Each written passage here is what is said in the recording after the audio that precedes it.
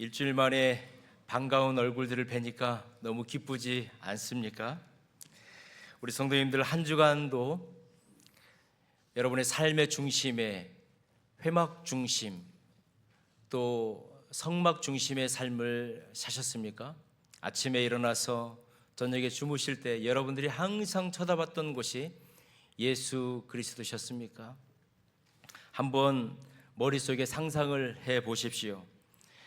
사방 어디를 둘러봐도 생명의 기운이라고는 하나도 없는 메마른 광야, 낮에는 살을 녹여버릴 듯한 뜨거운 태양빛이 내리쬐고 저녁에는 칼을 에는 듯한 그런 차가운 바람이 우리의 옷깃으로 들어오고 뼈를 그냥 너무 부러뜨릴 정도로 그 차가운 그 저녁에 바람을 맞는 광야라고 생각을 해 보십시오.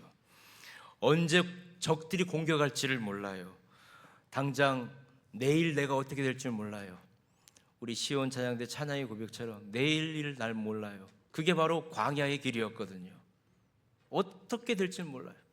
길이 있던 곳도 다음 날이면 길이 없어지고, 먹을 것이 있다라고 안심을 취하고 있는데 적군들이 쳐들어오고, 한순간도 긴장을 놓칠 수 없는 것이 광야였습니다. 그런데 하나님께서 그 광야를 걸어가는 이스라엘 백성들에게 중심에 성막을 세우고 그 성막 중심으로 이스라엘 백성들이 이제 텐트를 치고 살아갈 수 있도록 하나님께서 친히 명령하여 주셨습니다. 이것은 단순히 생존을 위해서 군사적인 진영을 하나님께서 만들어 주신 것이 아닙니다. 효율적으로 어떻게 텐트를 쳐야 이스라엘 백성들이 더 많이 잠잘 수 있느냐, 그것을 따라서 하나님께서 장막을 치라고 하신 게 아니었습니다.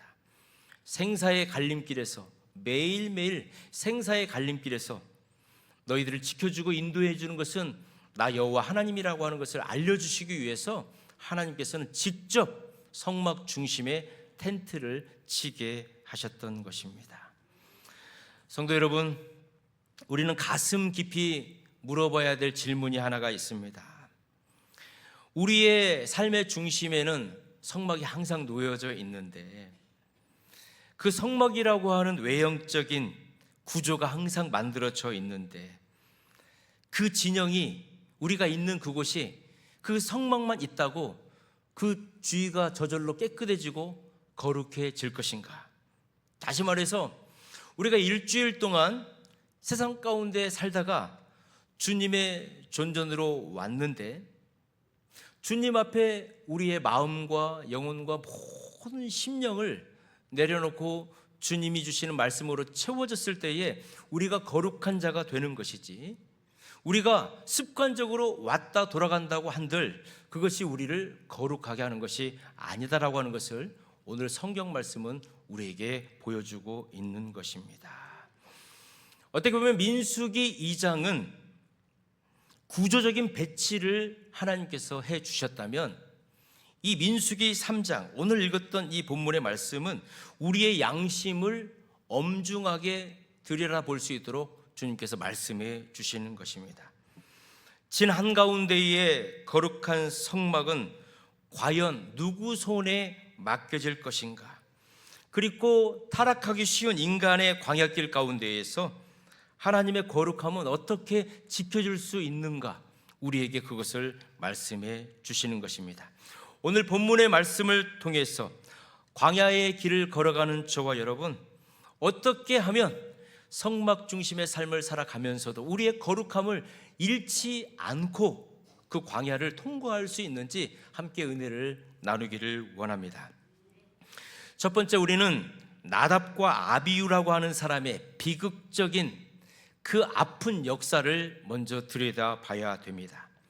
아론에게는 아들들이 있었습니다. 나중에 이제 그 아들들이 아버지 아론 대제사장의 뒤를 이어서 제사장이 되고 성막에서 예배를 인도하는 귀한 직분을 감당해야 될 사람들이었습니다. 우리 4절 말씀을 같이 한번 읽겠습니다. 나답과 아비후는 시내 광야에서 여호와 앞에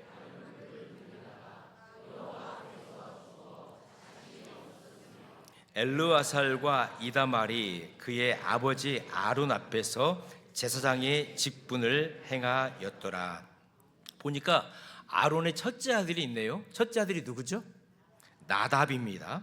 둘째 아들은요, 아비후가 둘째 아들입니다. 그런데 이 나답과 아비후가 하나님이 명령하시지 않았던 다른 불을 가지고 제사를 드리다가 하나님께 죽임을 받은 사건이 지금 기록되고 있는 것입니다. 나답과 아비후가 어느 정도 대단한 사람이냐면요, 하나님께서 모세를 부르셨습니다. 시내산으로. 그럴 때에 모세하고 그 아론 그리고 이 나답과 아비후가 산 중턱까지 같이 올라갔어요. 그래서 하나님을 본 사람들이에요. 그리고 하나님 앞에서 음식을 먹은 사람이에요. 그 정도 특권을 누렸던 사람이 이 아론의 아들 나답과 아비후였습니다. 나중에 이 대제사장 아론을 이어서 이스라엘의 영적 지도자가 될 사람이 장남과 차남이었습니다. 그런데 왜 이 사람들이 그 엄청난 일을 감당해야 됨에도 불구하고 그 일을 감당하지 못하고 왜 죽을 수밖에 없었을까요? 성경에서는 그 원인을 정확하게 얘기해 주고 있습니다. 다른 불을 드렸다는 거예요. 다른 불, 공인되지 않은 불을 가지고 하나님 앞에 나와서 제사를 드렸다는 것입니다. 자, 그렇다면 여러분, 다른 불이 뭘까요? 숫이 달랐을까요? 상표가 달랐을까요? 무엇이 다른 불이었는지를 정확하게 성경은 말씀해 주고 있습니다. 레위기 9장 24절 말씀을 보면 이제 성막이 완성이 되었어요. 하나님께서 시내산에서 모세에게 성막은 이렇게 만들어라 다 알려주셨어요. 번제단은 이렇게 만들고 물두멍은 이렇게 만들고 성소에 지성소를 구분하고 등대와 또 떡상을 만들고 분향단을 만들고 그 지성소 뒤쪽에는 법궤와 속죄소를 만들어라. 하나님께서 정확하게 성막을 어떻게 만들어야 되는지를 알려주셨어요. 그리고 제일 첫 번째 제사가 있었을 거 아닙니까? 이제 성막이 만들어졌으면. 그래서 그 번제단에다가 짐승 제물을 놓고 하나님께서 하늘에서 불을 내려주셨어요. 그래서 제일 첫 번째 제사를 드릴 때 그 불은 하늘에서 내려온 불이었어요. 그 불이 번제단에 있는 제물을 태웠던 것입니다. 그리고 하나님께서 말씀하셨어요. 이제 이 번제단의 불을 꺼트리지 말아라, 제사장들은. 그래서 반드시 이 번제단의 불씨를 가져다가 저 성막에서 분향단을 향을 매일매일 드릴 때마다 이 번제단의 불씨를 가져다가 분향을 해라. 이것이 내가 너희들에게 명령한 불이다. 하나님께서 말씀해 주셨어요. 그렇기 때문에 제사장들은 그 번제단의 불이 절대 꺼지면 안 되는 거예요. 그게 목숨을 놓고 지켜야 되는 거예요. 그리고 어느 제사를 드리든지 그 번제단의 불씨를 가져다가 성소에 들어가서 분향단에 향을 태워야 했던 것입니다. 이것이 하나님께서 제사장들에게 명령하셨던 법칙이었어요. 왜요? 왜 그 불이 중요합니까?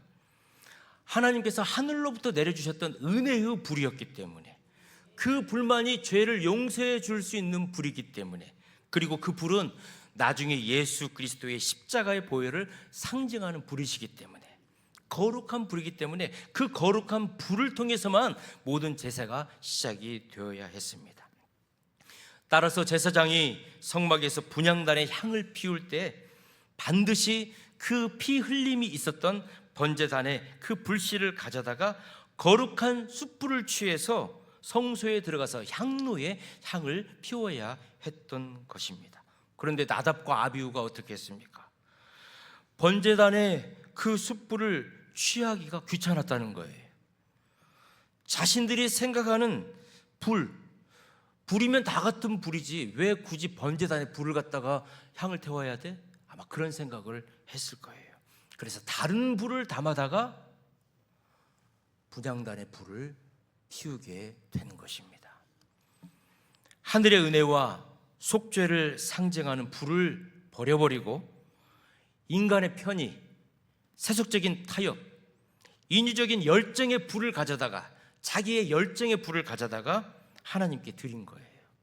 그런데 성도 여러분, 성경을 자세히 읽다 보면은 왜 나답과 아비후가 이 거룩한 성막에서 자기들이 늘 해왔던 일들을 왜 잊어버리고 왜 만용을 저지르고 왜 망령된 짓을 했을까? 충격적인 그 상황이 왜 발생했을까? 아마 그런 궁금증을 가지고 계시는 우리 성도님들이 계실 것입니다. 왜 그랬을까요? 왜 예전에는 안 그랬던 일을 왜 나답과 아비후가 그날따라 왜 다른 불을 사용했을까요? 레위기 10장을 보면 이 나답과 아비후가 다른 불을 들였던 이유에 대해서 설명을 해주고 있습니다. 다시 말해서 지금 나답과 아비후가 다른 불을 통해 가지고 다른 불을 들이다가 하나님 앞에서 죽게 되었는데, 그 사건이 있은 직후에 하나님께서 그 아버지 아론, 대제사장 아론에게 영적 명령을 하고 계시는 것을 발견할 수가 있습니다. 레위기 10장 9절 말씀을 우리 한 목소리로 같이 한번 읽겠습니다. 너와 내 자손이 회막에 들어갈 때에는 포도주나 독주를 마시지 말라. 그리하여 너희 죽음을 면하게. 이는 대대로 지킬 영영한 규례라. 10절도 읽겠습니다. 그리하여야 너희가 거룩하고 속된 것을 분별하며 부정하고 정한 것을 분별하고. 나답과 아비후가 죽은 이후에 하나님께서 곧바로 아론에게 말씀을 해주시는 거예요. 술과 관련되어져 있는 거예요. 그래서 우리는 추측할 수가 있어요. 나답과 아비후가 이 술 때문에 다른 불을 들이게 되었구나. 어떤 불이 진짜 불인지를 구별하지 못하고 자기가 해야 될 일을 망각해버리고 다른 불을 사용했다는 것을 알 수 있습니다. 왜요? 하나님께서 이 술에 대한 이야기를 엄중하게 지금 아론에게 하고 계시기 때문에 그렇습니다. 영적 특권에 도취되어서 교만에 빠져버린 거죠. 세상 출에 취해가지고 감각이 마비되어 버린 것입니다. 무엇이 거룩한 것이고 무엇이 세속된 것인지 영적 영안의 눈이 닫혀져 버렸던 거죠. 나답과 아비후에게는 말씀입니다. 술 기운과 세속적인 흥분에 취해서 하나님이 엄유하신 그 절차를 무시한 것입니다. 세상에서 쓰던 익숙한 불, 내 마음대로 익숙한 불을 가져다가 들여버린 것입니다. 세속적인 방식, 타협의 불을 들고 거룩한 성소 안으로 들어간 겁니다. 여러분, 에베소서 5장 18절 말씀을 보면은 굉장히 중요한 말씀을 바울 사도가 하고 있습니다. 너희는 술 취하지 말라. 이는 방탕한 것이니 오직 성령으로 충만함을 받으라.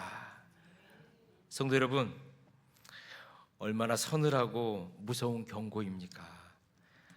다른 불은 단순히 수세 종류가 달랐다는 게 아닙니다. 다른 불이라고 하는 것은 세상의 정신이에요. 세상의 가치관입니다. 세상의 쾌락, 유흥, 세상의 수단과 편의를 하나님의 거룩한 성소 안으로 나도 모르게 갖고 들어와 버리는 것입니다. 그게 바로 다른 불을 드리는 거예요. 우리가 주님 앞에 나와서 주님이 원하시는 불을 가지고, 이 성령의 불을 가지고 예배를 드려야 되는데, 우리의 심령에는, 사람들에게는 보여지지 않는 우리의 마음속 깊은 곳에서는 언제나 다른 불을 가지고 들어와서 하나님 앞에 예배를 드리는 모양을 취하고 있다는 것입니다. 오늘날 현대 교회가, 그리고 혹 우리의 예배의 삶 가운데에 나답과 아비후의 비극을 계속 반복하고 있지는 않습니까? 우리가 주일날 예배의 자리에 앉아는 있지만 영적으로는 세상 술에 너무나도 취해 있을 수도 있습니다. 돈의 유혹과 세상의 명예와 그런 세상의 포도주와 세상의 문화와 육신의 정욕과 세상의 독주에 우리가 언제나 흠뻑흠뻑 취해 있는 것입니다. 그래서 어느 순간 우리의 영안이 어두워지는 거예요. 거룩함과 세속함을 우리가 구분하지 못하는 거예요. 남들이 다 이렇게 사는데, 예수님 믿고 교회 다니는 사람들도 다 이렇게 사는데, 예배가 다 똑같은 예배지, 내 편한 대로 내 열정에 맞게 예배를 드리면 되지, 혹시 저와 여러분 그런 마음을 갖고 계시지는 않습니까? 인간적인 감정과 흥분과 인위적인 기획을 통해서 세상적인 성공의 방식을 하나님의 거룩한 단 위에 우리가 예배라고 하는 이름으로 계속 쏟아붓고 있지는 않습니까? 하나님을 섬기는 일에는 가장 위험한 유혹이 있습니다. 그것은 바로 내 방식대로였던 것입니다. 세상의 방법대로였다는 것입니다. 그거 가지고 우리가 하나님을 잘 섬길 수 있다라고 착각을 하는 것입니다. 그러나 여러분, 하나님을 가장 잘 섬기는 방법은 하나님의 방식대로 섬기는 것인 줄 믿습니다. 하나님이 원하시는 부를 가지고 예배를 드리는 것인 줄 믿습니다. 예배는 나의 욕구를 채우고 스트레스를 푸는 세속적인 공연과는 전혀 다른 것입니다. 철저히 예배를 드릴 때는 우리는 하나님 앞에 엎드리는 것입니다.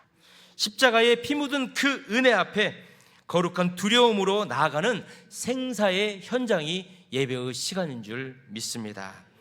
그래서 레위기 10장은 하나님께서 우리에게 이렇게 말씀하십니다.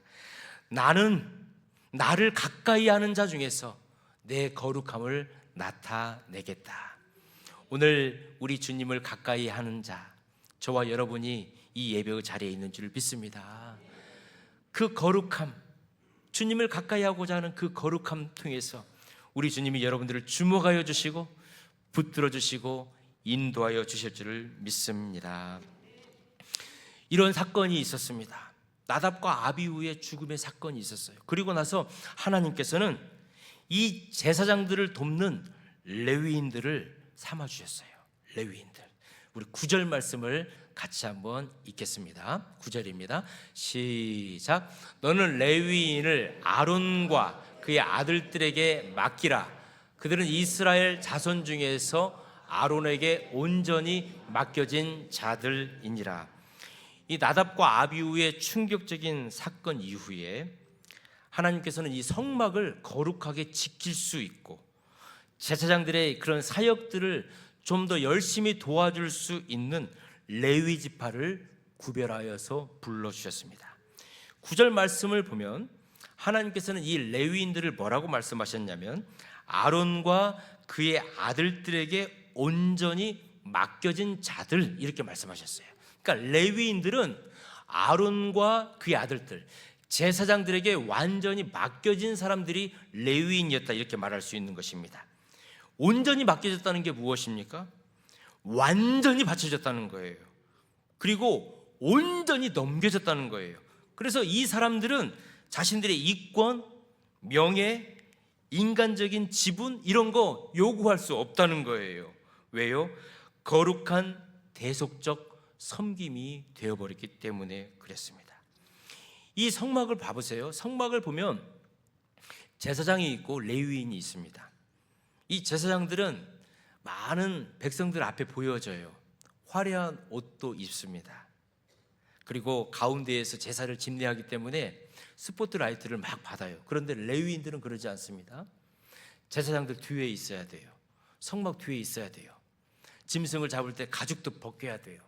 짐승들의 피가 여기저기 막 기물에 묻으면 막 그것도 닦아야 돼요.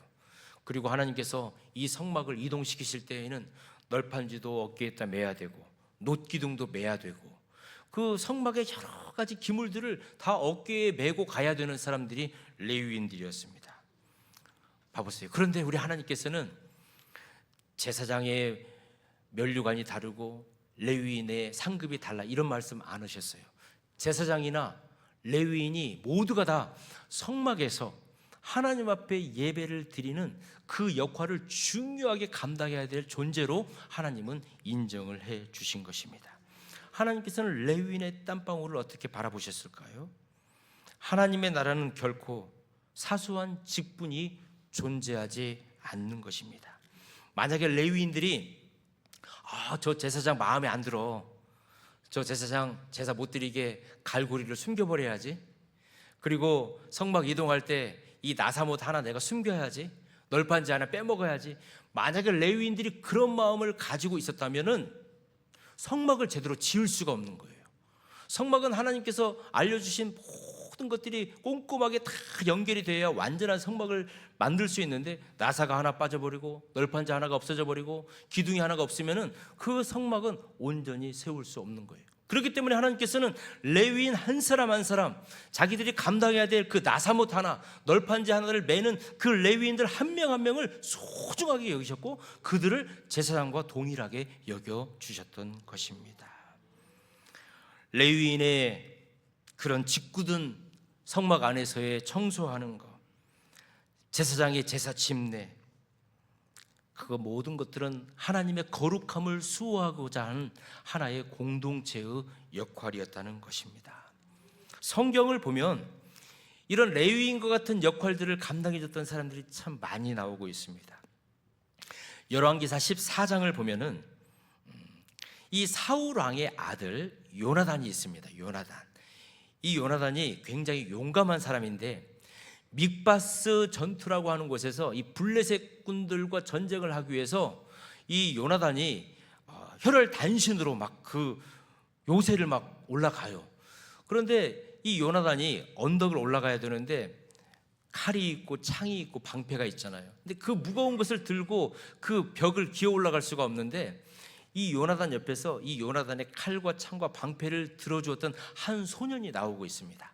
그런데 성경에서는 이 소년에 대해서 그렇게 조명을 하지는 않아요. 나중에 이 요나단이 그 블레셋과의 전쟁에서 승리한 것을 굉장히 이야기해주고 있는데, 실은 요나단이 그 블레셋 그곳에 가가지고 전쟁을 할 수 있도록 도와주었던 사람이 보이지 않았던 이 소년이었습니다. 이 소년이 이런 말을 해요. 당신의 마음이 있는 곳으로 가소서. 내가 당신과 마음을 함께하여 따르리이다. 이것이 바로 주님 앞에 제사를 드리는 제사장과 그 제사를 돕는 레위인의 마음인 줄 믿습니다. 이 요나단에게는 이 소년이 있었어요. 레위인과 같은 이 소년이 있었다는 것입니다. 또 누가복음 8장을 보면 우리 예수님께서는 복음 사역을 많이 감당하셨어요. 제자들을 데리고 다니시면서 병든 사람들도 고쳐주시고 설교도 하시고, 그런데 우리 예수님이 배고프실 때에 음식을 드실 수 있도록 음식을 만들어주고, 예수님이 때에 따라 옷을 벗어서 새 옷으로 입을 수 있도록 도와주었던 여인들이 있어요. 여인들. 그 여인들의 이름이 기록되어지고 있습니다. 요한나, 수산나, 그리고 수많은 여인들이 있었는데 나중에 이 여인들이 예수님이 십자가에 죽으실 때에도 끝까지 남아 있었던 거예요. 어떻게 보면 거룩한 레위인의 역할을 감당했던 사람들이 예수님 주위에 예수님을 항상 도와주었던 그 여인들이었습니다. 그분들이야말로 성막을 메고 걸었던, 구약의 성막을 메고 걸었던 레위인이라고 한다면 이 신약 시대 때에는 바로 그분들이 예수님 곁에서 함께 주님의 나라를 위해서 달려갔던 레위인들의 모습이었습니다. 19세기에 세계 교회사 가운데 큰 획을 그었던 유명한 전도자가 있습니다. 바로 무디 선생님입니다. 이 무디 선생님은 100만 명 이상에게 복음을 전했대요. 온 세계를 다니면서, 특별히 영국과 미국을 다니면서 복음을 전했는데 이 무디 선생님을 통해서 복음을 들은 사람이 한 100만 명 정도 된다고 합니다. 그런데 이 무디 선생님이 이런 일들을 감당할 수 있도록 무디로 만들어 주었는데 그 내면에 보이지 않는 헌신된 한 명의 선생님이 있었습니다. 그 선생님은 바로 킴볼이라고 하는 선생님이 있었습니다. 이 킴볼 선생님이 이 무디를 늘 눈여겨보는 거예요. 옷도 꾀져져 입고 예배 시간마다 와가지고 졸고 사람들에게 주목을 받지 않는 청년이 있었는데 그게 무디였어요.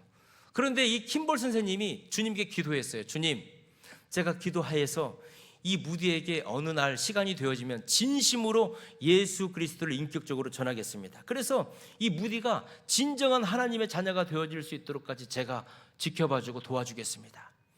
어느 날 이 무디가 일을 하고 있는 구두 공장으로 갔습니다. 갔더니 그날도 먼지를 뒤집어 쓰면서 구두를 옮기는 일을 감당하고 있었어요. 지쳐 있었어요.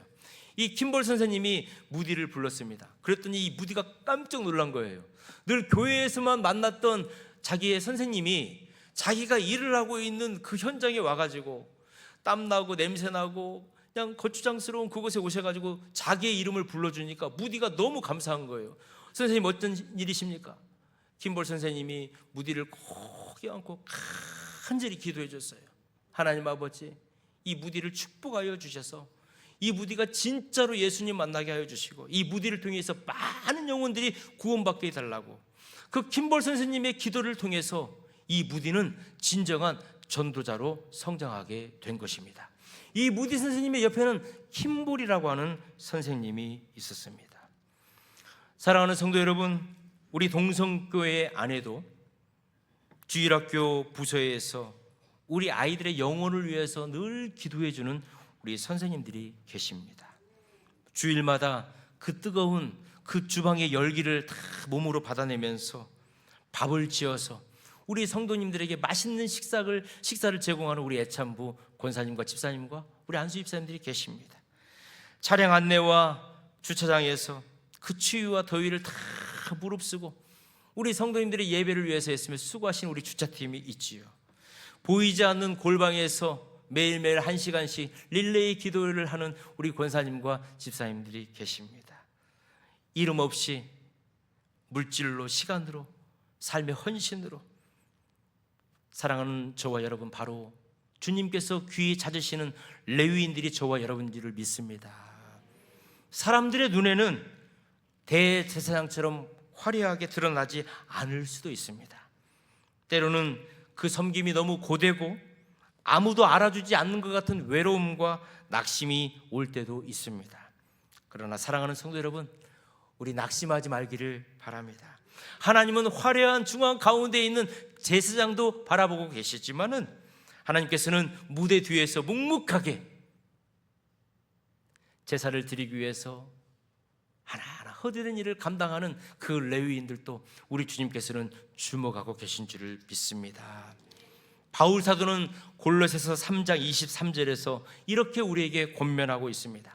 무슨 일을 하든지 마음을 다하여 주께 하듯 하고 사람에게 하듯 하지 말아라. 저와 여러분, 오늘도 저와 여러분을 통해서 우리 주님의 나라를 온전하게 이루어 가실 줄을 믿습니다. 그렇다면 왜 레위인들을 구별하셨을까요?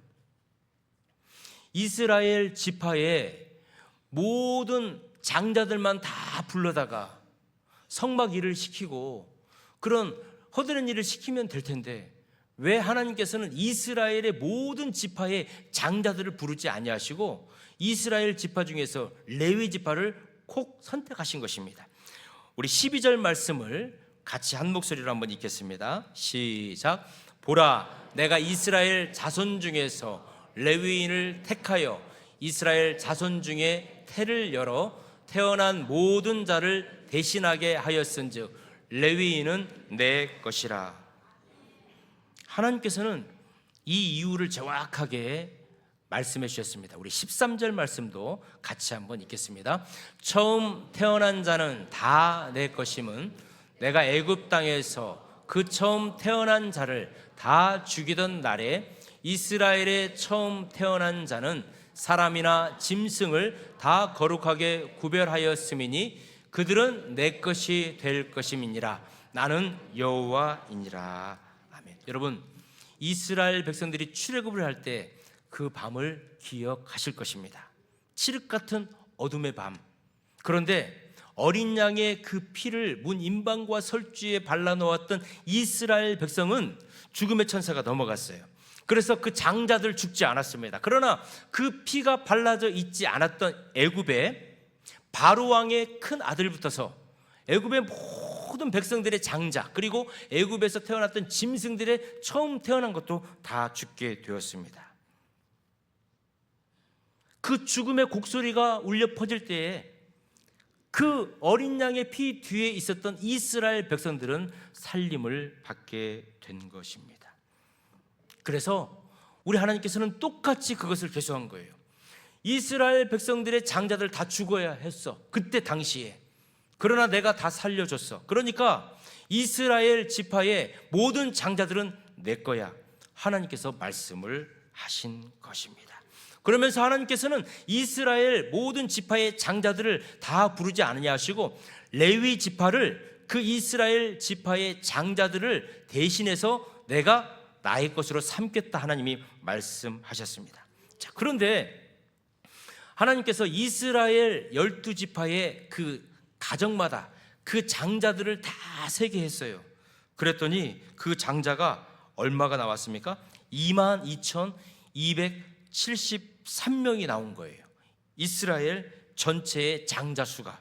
그런데 레위인 지파수를 세보라고 하니까 22,000명이 나왔습니다. 이렇게 계산이 빠르신 분들은 한번 해보십시오. 22,273명 빼기 22,000명을 빼면 얼마의 수가 남습니까? 273명이 남는 거예요. 이스라엘 장자 수가 273명이 더 많은 거예요. 레위인보다 더 많은 거예요. 레위인 한 명이 장자 한 명과 1대1로 교환하기 때문에 그랬던 것입니다. 273명의 장자를 대신해 줄 레위인이 없는 거예요. 하나님께서는 이 273명을 그냥 넘어가거나 내버려 두지 않으셨습니다. 하나님은 생명의 몸값, 그 속전을 지불해라 이렇게 말씀을 하셨어요. 그래서 1인당 5세겔의 속전을 하나님께서 받으셨어요. 1세겔은 은이 11.4g 정도가 되어지는데 노동자의 3, 4일의 품값입니다. 그러니까 하나님께서는 이 5세겔을 이 생명의 속전으로 갚아라고 하셨어요. 수개월의 값을 하나님께서는 책정을 하신 거예요. 그래서 레위인 273명 그 몫으로 1365세겔을 받아가지고 제사장과 아론 그 자식들에게 주었어요. 273명의 생명의 값도 하나님께서는 속전하도록 말씀을 하신 것입니다. 하나님은 22,000명만 구원하고 남은 273명은 안 맞으니까 어쩔 수 없다 이렇게 외면하지 않으셨습니다. 아주 정확하게 계산하셔서 273명 한 사람 한 사람의 생명값까지라도 하나님께서는 대속할 방법을 마련해 주셨습니다. 사람의 생명은 공짜로 구원받는 것이 아니라 반드시 그에 상당하는 값이 지불되어야 할 것을 하나님께서 말씀하신 것입니다. 구약에서는 레위인과 이 5세겔의 생명의 속전으로 구원을 받았지만 신약시대를 살아가는 저와 여러분은 예수 그리스도의 피값으로 단 한 사람도 빠짐없이 완벽하게 구원받으신 줄을 믿습니다. 레위인은 단순한 한 지파가 아니었습니다. 이스라엘 전체가 유월절 어린 양의 피 흘림으로 말미암아서 죽음에서 살아났던 구원의 증표였던 것처럼 그 피값으로 살아났던 것처럼 예수 그리스도를 통해서 저와 여러분은 예수의 생명의 속전으로 이 신약시대 때에는 살게 된 줄 믿습니다. 저와 여러분이 바로 그 레위인이라는 것입니다. 예수님의 생명의 속전으로 살림을 받은, 예수님의 피값으로 살림을 받은 그 한 사람이 오늘 예배를 드리는 저와 여러분 레위인인 줄 믿습니다. 그래서 히브리서 12장 23절은 우리에게 이렇게 말하고 있습니다. 하늘에 기록된 장자들의 모임과 교회, 여러분들이 하늘에 기록된 장자들의 모임이며 교회다 이렇게 말씀하고 있는 것입니다. 베드로전서 2장 9절은 또 우리에게 말씀하고 계십니다. 그러니까 너희는 택하신 족속이요 왕같은 제사장들이요 거룩한 나라요 그의 소유된 백성이다. 사랑하는 성도 여러분, 저와 여러분이 잘나서 오늘 이 자리에 있는 것 아닙니다. 우리가 도덕적으로 구원받은 것도 아닙니다. 오직 만왕의 왕이신 예수 그리스도의 그 피젖은 십자가의 보혈이 우리의 영혼의 문설주에 뿌려졌기 때문에 마땅히 죽어야 될 우리를 대신해서 우리 예수님이 속량하여 주셨기 때문에 저와 여러분이 거룩한 레위인이 되고 거룩한 제사장이 된 줄 믿습니다. 우리 주님 말씀하십니다. 너는 내 것이다. 너는 구별된 나의 레위인이다. 우리 주님 그렇게 말씀하십니다. 사랑하는 성도 여러분, 오늘을 살아가는 우리 크리스찬들 어떤 삶의 방식과 목적을 가지고 살아가야 되겠습니까? 나답과 아비후를 한번 보십시오. 세상의 술과 내 욕심이라고 하는 다른 불을 피우면서 예배를 이용했던 사람이었습니다. 그러나 우리는 예수 그리스도의 피값으로 구원받아서 너는 내 것이다 이렇게 구별된 하나님의 거룩한 소유가 된 줄 믿습니다. 이제 남들이 보든 보지 않든 우리가 있는 신실한 곳에서 주님이 원하시는 그 불을 사용하여서 언제나 예배를 드리는 거룩한 레위인이 되시기를 주님의 이름으로 축원합니다. 거룩한 제사장이 되시기를 주님의 이름으로 축원합니다. 그래서 이번 한 주 동안도 내 삶의 중심에 예배를 다시 세우고 내 인위적인 고집과 세속적인 불은 꺼트려버리고 나를 구원하신 주님의 영광을 위하여서 거룩한 레위인으로 살아가는 저와 우리 모든 믿음의 식구들이 되시기를 주님의 이름으로 축원합니다. 주신 말씀을 붙들고 우리 한번 기도할 때에, 주님, 세상의 술과 유혹과 내 경험과 편이라고 하는 다른 불을 끄게 하여 주시고, 이제는 오직 예수 그리스도의 십자가의 보혈과 성령의 불로 거룩하고 참된 예배자로 서게 하여 주시옵소서. 사람의 인정이나 화려함을 구하지 않게 하여 주시고, 남들이 보지 않는 곳에서도 주님의 몸된 교회와 지체들을 묵묵히 어깨에 메고 섬기는 신실한 레위인의 은혜를 부어 주시옵소서. 보혈로 우리는 구원받았습니다. 너는 내 것이다 칭함을 받은 거룩한 구별됨을 기억하며 세상 속에서 하나님의 나라와 그 영광만을 목적 삼아 살게 하여 달라고 이 시간 주님의 이름을 한번 부르고 합심으로 한번 기도하겠습니다. 주여, 하나님 아버지, 나답과 아비후는 하나님이 원치 아니하시는 다른 불을 가지고 주님 앞에 나아가서 죽게 되었습니다. 세상의 술과 유혹과 내 경험과 편이라는 다른 불을 우리의 삶 가운데 끄게 하여 주시옵시고, 오직 예수 그리스도의 십자가의 보혈과 성령의 불로 거룩하고 참된 예배자로 나의 삶을 주님께 올려드리게 하여 주시옵소서. 하나님, 사람의 인정이나 화려함을 구하지 않고 남들이 보지 않는 곳에서도 주님의 몸된 교회와 지체들을 묵묵히 어깨에 메고 섬기는 신실한 레위인의 삶을 누리게 하여 주시옵소서. 주님, 제가 있는 곳, 제가 섬기는 곳, 제가 헌신하는 곳, 맡겨주신 그 모든 일들이 주님 앞에서는 귀하고 복되고 아름다운 일인 줄을 믿습니다. 너는 내 것이라 인침하여 주셨사오니 주여, 그 생명의 말씀을 잃어버리지 아니하고 그 생명의 면류관을 바라보며 주님 앞에 꿋꿋하게 달려가는 귀한 믿음의 자녀들 되게 하여 주옵소서. 거룩하시고 은혜로우신 하나님 아버지, 오늘 말씀을 통해 구원받은 우리가 하나님 앞에 어떤 존재이며 어떻게 살아가야 하는지를 깨닫게 하여 주시니 참으로 감사합니다.